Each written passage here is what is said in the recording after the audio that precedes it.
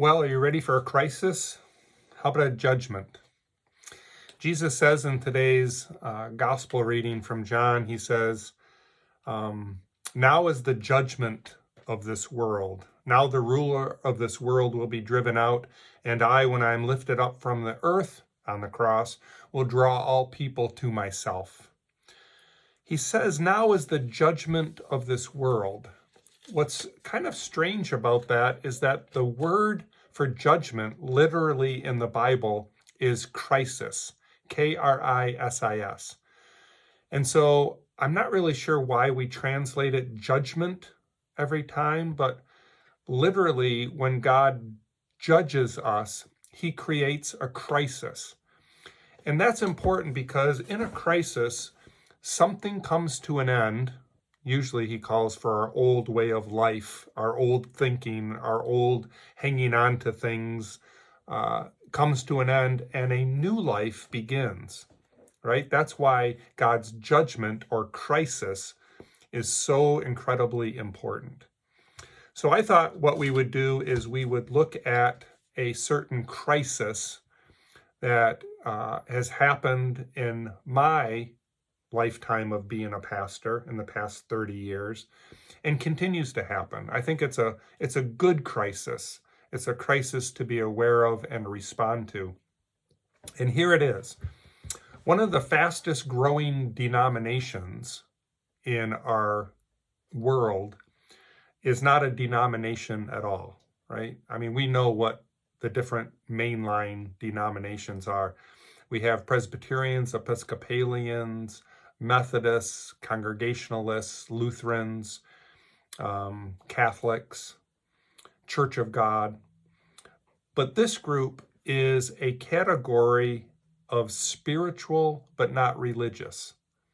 So the fastest growing group of people, the way they identify themselves, is not with a mainline denomination anymore, but they see themselves as spiritual, connected to God, searching for God, want to be in relationship with God, but not necessarily religious, right?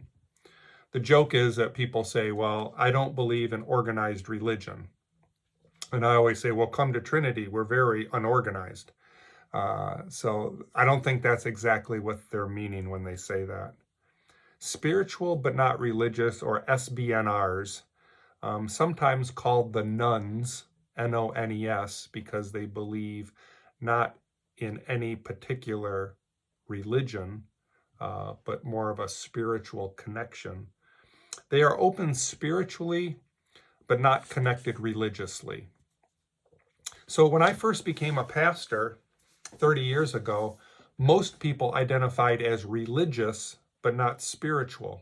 So they'd say, I'm religious, I go to church, I believe in God, but I'm not really comfortable with the whole spiritual thing. Well, in the past 30 years, that has completely flip-flopped. And so now most people identify as being spiritual, but not religious. What does that mean for us as a religious community, right? Lutherans, Trinity Lutheran Church. How do we listen? How do we respond? How do we make sense of this hunger and this struggle that people are going through? I think in some ways it throws us into a crisis or a judgment, right? That's the way we identify the word. And the judgment is on us as well as it's on others and where they're searching as well. So spiritual but not religious, those people who are named that, they're open to a sense of mystery, they're curious about God, but they have not found the need to connect to any religious institution or church. These are reflected in today's gospel. You have the Greeks who begin today's gospel. The Greeks come to Philip, one of the disciples. And the reason they come to Philip is because Philip has a Greek name. So they come to Philip and they say, Sir, we wish to see Jesus, right? They don't seek information from Philip. They don't say, Philip, tell us about this Jesus guy that you follow. They don't want to attend a new member class. They're not ready to join any group. They don't need a statement of beliefs. They don't say, Philip, tell us what you believe in following Jesus. So what exactly are they asking for? They want to see Jesus. That's what they say. They really want to see him person to person. They want to see him face to face. The spiritual but not religious folks want an experience. They don't want information, right? Maybe they're dissatisfied with the religion that they grew up with. We don't know. Maybe they were curious about what they had heard about Jesus. Maybe they had heard about some of the miracles that he had performed. But what they want now is an experience. They want to encounter Jesus. They want a real connection with Jesus. So here's our question, I think. Here's the question, the judgment, or the crisis that faces us. If those Greeks showed up at Trinity in Frankfurt, would they be granted their heart's desire? Do you think they would actually be able to see and experience and encounter Jesus if they came to Trinity? Traditionally, most mainline congregations are really good at inviting people to fit into our way of doing things. So if we're doing things a religious way, not so spiritual, but more of a religious way, we say, yeah, you're welcome at Trinity, but you need to fit into the way we see things, right? We're not so good at taking the risk of really being changed, of really seeing and hearing and meeting people where they are. That's how we grow.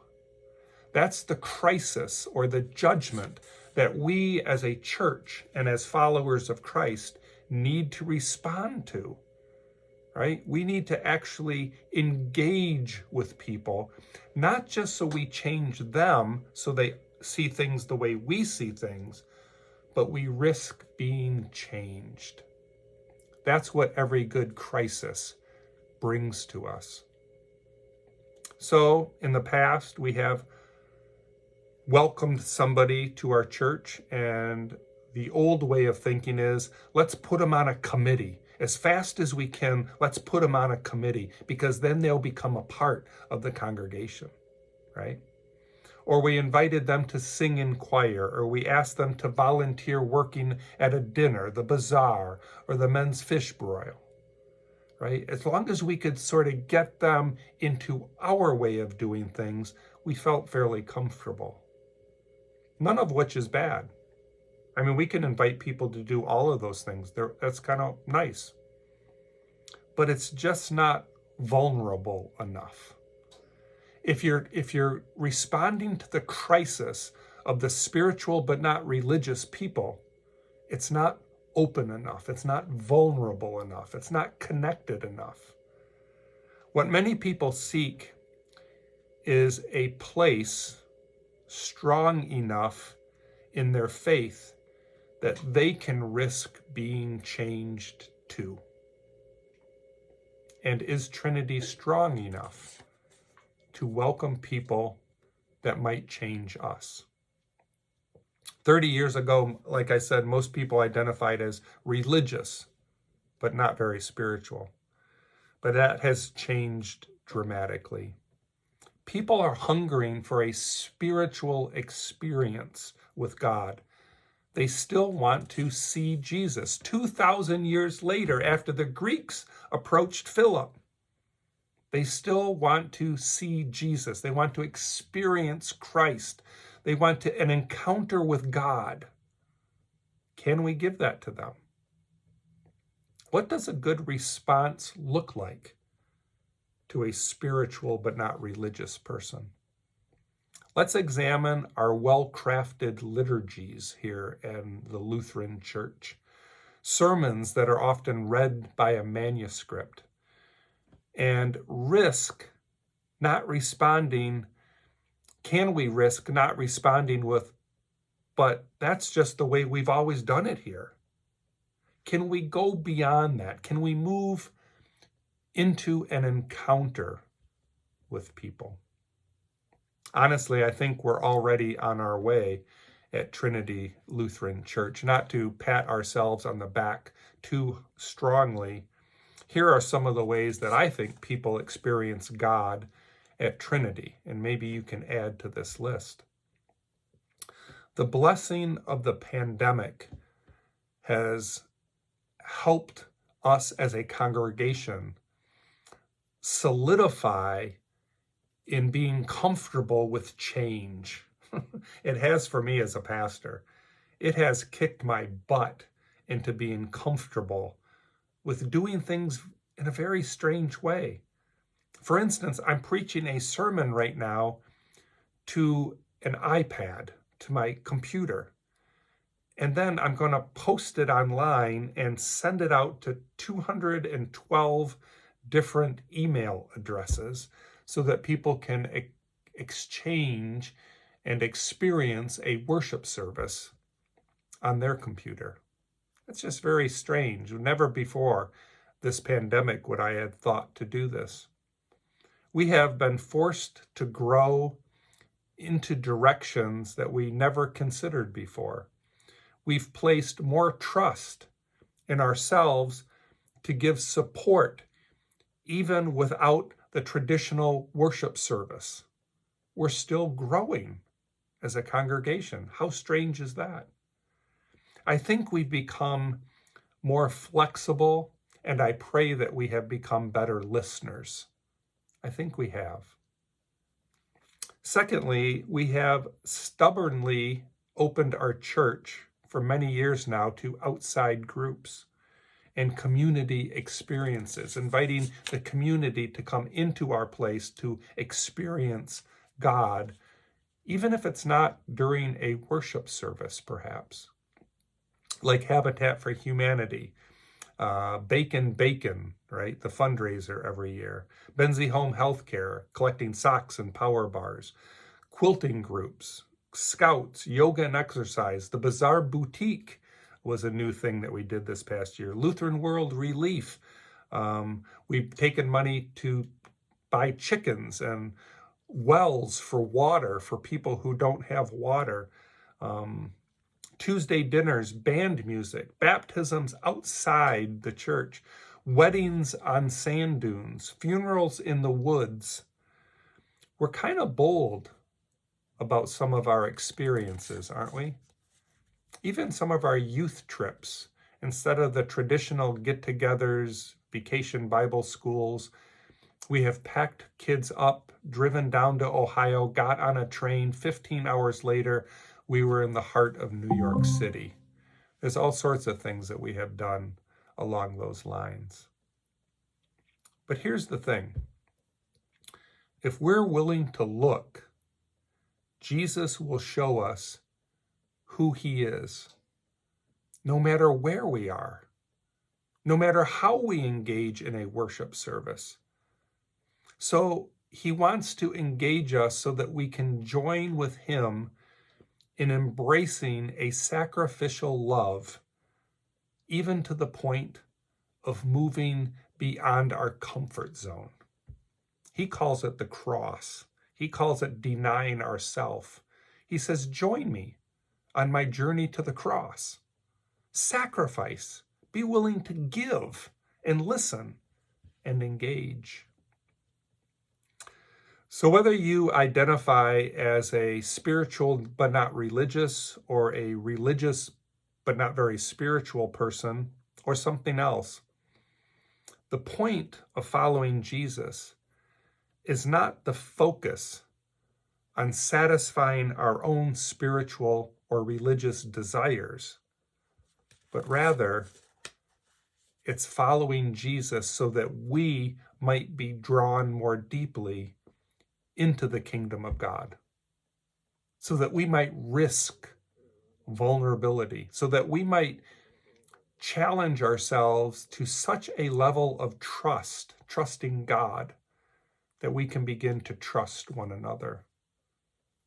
through our love for other people, through our service to other people, and our sacrifice on behalf of those around us.